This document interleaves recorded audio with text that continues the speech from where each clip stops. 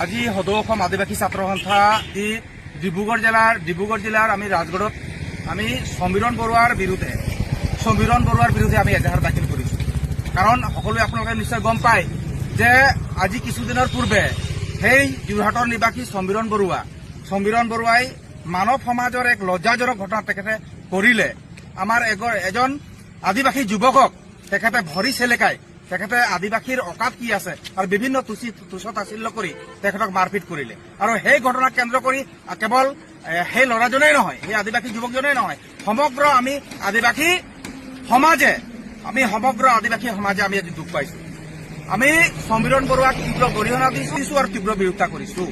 কাৰণ আজি এই সমাজত বৰ্তমান এই সমাজত সমীৰণ বৰুৱাৰ দৰে যি কলংকিত, সমীৰণ বৰুৱাৰ দৰে আজি পাখণ্ড, আজি তেখেতে আমাৰ সমাজখনক, আমাৰ আদিবাসী সমাজখনক তেখেতে তুচ্ছ তাচ্ছিল্য কৰিবলৈ আমাৰ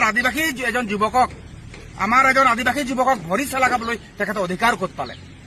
সেয়েহে আমি আজি অসমৰ বিভিন্ন থানাত, বিভিন্ন জিলা প্ৰশাসনৰ SP অফিচত আমি এজাহাৰ দাখিল কৰিবলৈ আমি আহ্বান জনাইছো আৰু আমি নিজে আজি এজাহাৰ দাখিল কৰিছো। কোনোপধ্যেই সমীৰণ বৰুৱাই আমাৰ আদিবাসী যুৱকক ভৰি চেলুকা যি কাণ্ড, এই কাণ্ডক কিন্তু কোনোপধ্যেই আমি গ্ৰহণ কৰিব নোৱাৰো আৰু সহ্য কৰিব নোৱাৰো।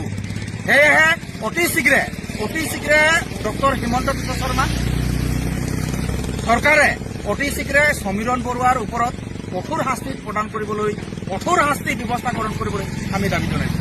আজি সমীৰণ বৰুৱাই ধন সম্পত্তিৰ অহংকাৰ দেখাইছে আৰু ধন সম্পত্তিৰ অহংকাৰ দেখাই তেখেতে আমাৰ এজন আদিবাসী যুৱকক ভৰি তেখেতে চেলেকুৱালে।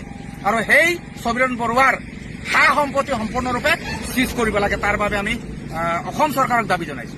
আৰু লগতে সমীৰণ বৰুৱাৰ যি কাণ্ড, এই কাণ্ড অতি আমাৰ মানৱ সমাজৰ বাবে এক লজ্জাজনক। সেয়ে সমীৰণ বৰুৱাক গ্ৰেপ্তাৰ কৰিব লাগে আৰু সমীৰণ বৰুৱাৰ লগত যিসকল পাখণ্ড জড়িত হৈ আছে তেখেতসকলেও অতি শীঘ্ৰে তদন্ত কৰি কিন্তু আইনী ব্যৱস্থা গ্ৰহণ কৰিব লাগে। অন্যথা আদিবাসী ছাত্ৰ সন্থাই কিন্তু এই বিষয়টোৰ ওপৰত কিন্তু কেতিয়াও মনে নাথাকে, এয়া কিন্তু স্পষ্ট। অতি সোনকালে সমীৰণ বৰুৱাৰ ওপৰত আইনী ব্যৱস্থা গ্ৰহণ কৰিব লাগিব। দ্বিতীয়তে সমীৰণ বৰুৱাৰ যিসমূহ সা সম্পত্তি, সেই সা সম্পত্তি অতি শীঘ্ৰে চিজ কৰিব লাগিব।